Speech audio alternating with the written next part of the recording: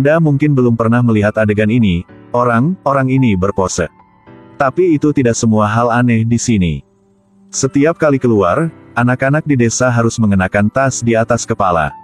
Kalau tidak, para hantu akan menemukan Anda. Bocah ini baru pulang dari bermain, dia memegang tali untuk menemukan jalan pulang.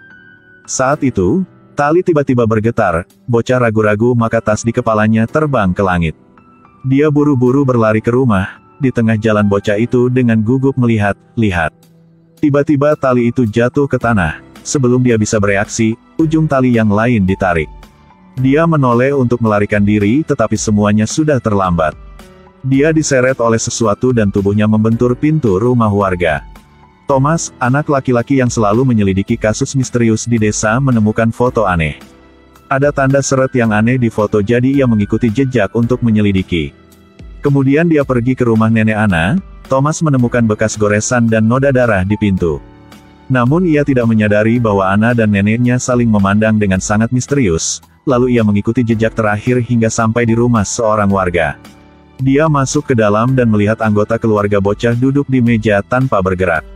Orang-orang yang datang untuk melihat itu sangat ketakutan, tetapi hal-hal tidak berhenti di situ. Ketika kepala desa datang ke sana, dia juga terangkat ke udara, orang-orang berlari untuk menariknya tetapi tidak bisa. Kepala desa memasuki rumah nenek Anna, dia tersedot ke atap dan akhirnya secara misterius tersedot ke dalam. Hal-hal aneh terjadi yang membuat orang takut. Seorang pria memegang salib mulai berdoa di jalan, tetapi 1 detik kemudian. Pada saat itu, nenek Anna yang sakit tiba-tiba berdiri dan meraih Thomas lalu berkata, "Bawalah mereka ke kuburan, ini hanya makanan pembuka saja." Lalu dia pingsan, melihat semuanya menjadi tidak terkendali, Thomas menyuruh semua orang untuk bersembunyi di rumah.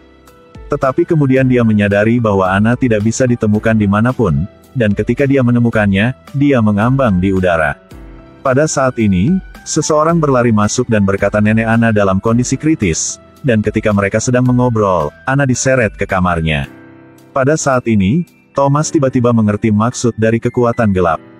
Thomas menyuruh gadis untuk membawa mayat-mayat di gudang ke rumah nenek Anna. Ketika membawa mayat ke rumah Anna, nenek mulai berteriak, seluruh ruangan runtuh. Ternyata karena nenek sekarat jadi pintu misterius itu telah terbuka. Melihat adegan ini, Thomas buru-buru mengantar Anna ke dalam rumah. Pada waktu ini air mulai meluap melalui dinding. Tiba-tiba seluruh ruangan terendam air. Pada saat inilah sang nenek yang hampir meninggal tadi hidup kembali. Dia mengendalikan Thomas di bawah air. Pada saat dia sadar, dia sudah berada di alam baka. Ini adalah batas antara yang kehidupan dan kematian. Setiap ruangan yang ia lewati dipenuhi dengan mayat mengerikan. Itulah orang-orang yang mati yang tidak tahu jalan menuju akhirat. Thomas masih tidak tahu bahwa ada bayangan gelap di atap yang diam-diam mengawasinya. Ini bukan jiwa orang yang sudah meninggal tetapi orang yang tidak bisa bereinkarnasi selamanya, terjebak di sini terlalu lama dan menjadi jin. Ketika Thomas mencapai ruangan lain, mayat-mayat mulai bergerak.